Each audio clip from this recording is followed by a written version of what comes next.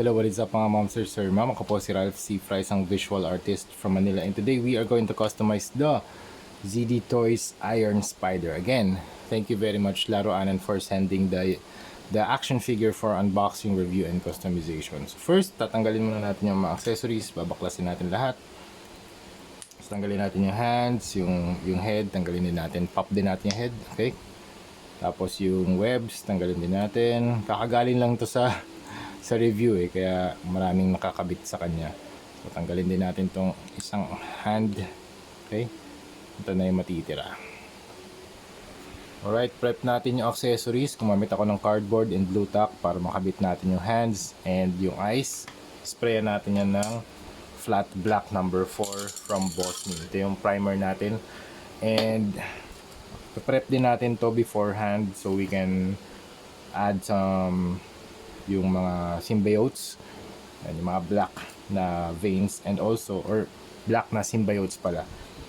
Ito naman, gumamit na rin ako ng blue tack para hindi natin ma-sprayan yung magnet. Tapos merong alligator clips, so pag nag-spray tayo hindi ma-sprayan yung kamay natin.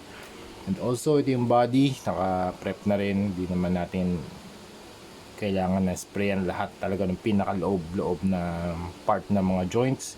So ang gagawin natin dito, pag na-spray natin yung tong front part, iti-tilt natin para makita natin yung back part.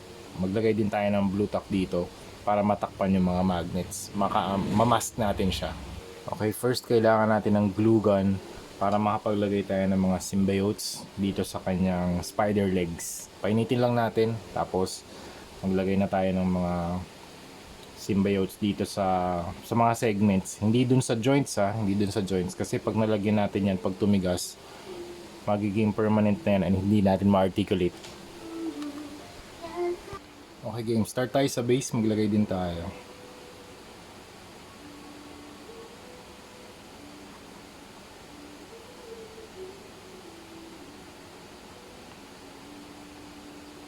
Huwag natin lagyan yung mga mga points of yung mga joints. Kunwari ito yung mga pegs, hindi natin lalagyan yan para walang mababago sa articulation. Same pa rin.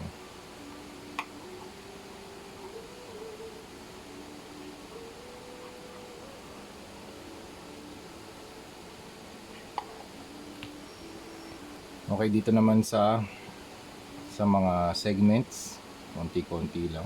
Okay. Paikutin din natin. Ayan.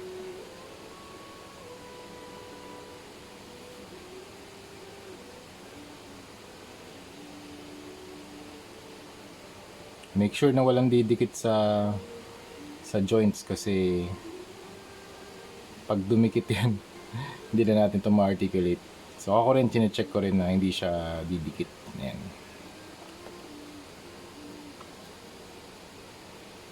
Tapos dito din.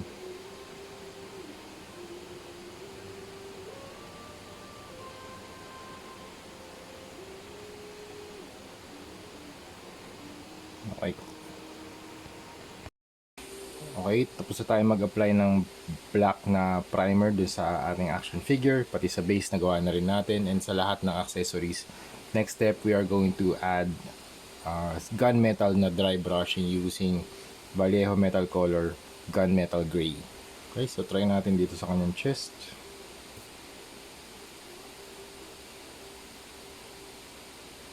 Brush control lang tayo mga mamsir para hindi masyadong magkaroon ng hindi natin madaanan yung mga recessed areas. So lahat ng nakaangat na areas, yun lang yung madadaanan ng dry brushing natin. Kaya tayo nag-prime na black para maiwan yung mga panel lines na black.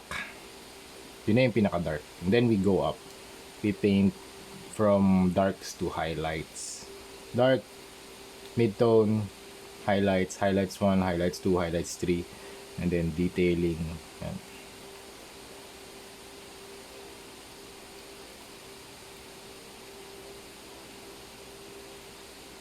Dito rin sa base ganun din.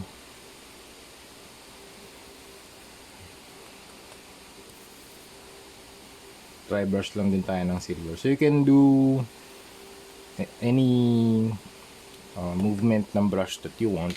Pwedeng up and down, circular, Yan, depende sa gusto nyong effect. Kasi minsan yung effect, medyo dark.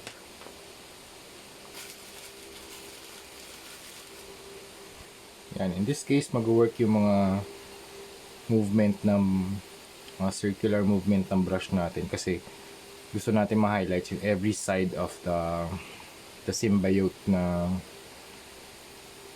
veins. Yan. Pwede rin yung brush. So sa side pwede nyong gawin yung up and down motion. Yan. So kunwari yung damage, nag-start lang siya from the top going down.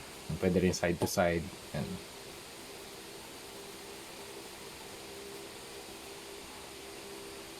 Okay.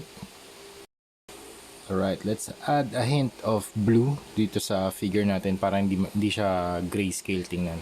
So, we are using PH162 Capri Blue from Armored Komodo. Start tayo dito sa likod. This is just a very, very light blue para magkaroon lang ng hint ng color.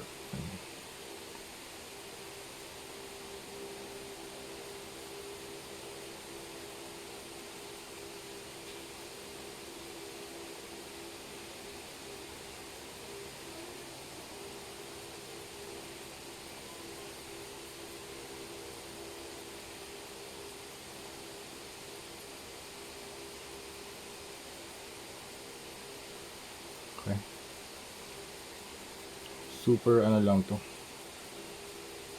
Super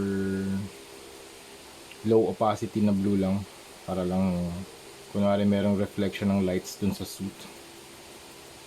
Yan. Alright, next step, detailing na tayo. I'm using PH180 White from Armored Komodo water-based primer para mag-detail ng logo. Ito na yung logo ni Venom. Let's start with the center.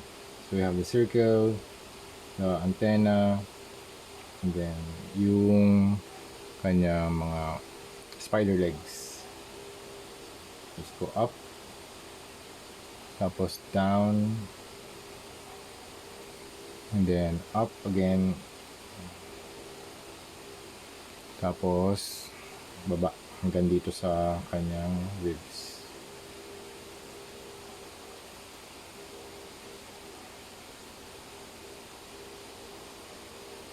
Okay, let's do that 4 times. Okay. So yun mga momsir, tapos na tayo sa ating project Spider-Man Symbiote Black Suit. Ito, nag-cure na rin yung top coat na pinahid natin. So ito na yung mga spider arms nya. Modify lang natin to. And so wala namang nabago sa articulation, ganun pa rin. You can articulate the arms. And, pero yun nga, dahan-dahan lang kasi since painted na siya, medyo mahigpit na onte. Pero pwede pa rin siya ma-articulate. Yan, ganyan. Okay? Yan. Tapos magnetic siya. Pwede natin siya i-attach dito sa likod. Okay? Yan. Ang ganda ng ginawa ng ZD Toys dito. Magnetic yung yung attachment dito sa likod. So hindi na kayo mahihirapan. Kunwari, pwede nyo munang i-manipulate to kung anong forma gusto nyo. Yan, kunwari ganyan. Tapos mas mababa. Yan. Bago nyo ipapasok kay Spider-Man. Bago nyo si-setup dun sa likod niya. Angas ng ganong feature. Nice. Ayan o. And so yun mga momsir, here's the front, here's the side, here's the back, here's the other side. Ayan, ayusin lang natin ito mama. Tapos yan, kung gusto nyo umorder ng Iron Spider kay Sir Mark, 1,200 plus only. Mag-send na lang kayo ng inquiry kung gusto nyo mag-order sa Laro Anan. Laro Anan on Facebook and Laro Anan on Shopee. Tapos gumawa rin pala ako ng eyes na parang pang insta-kill niya, yung red eyes. Tanggalin natin to. Wait lang ah.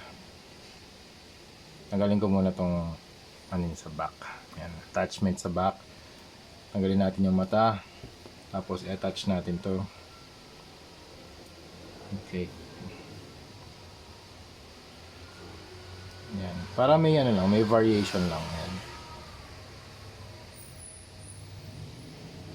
Hindi siya yung parang monochromatic black and white lang. Okay, tapos attach natin to sa likod. Ayan, pang insta-kill mode. Okay, so yun lang mga ma'am sir, that's it.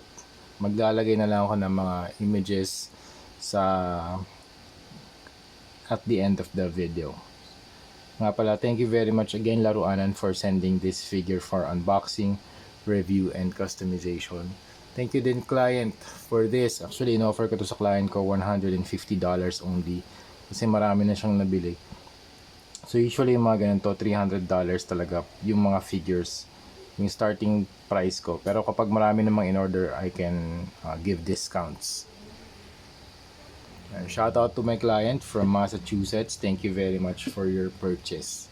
Okay, thank you for watching and see you sa next video. Bye-bye.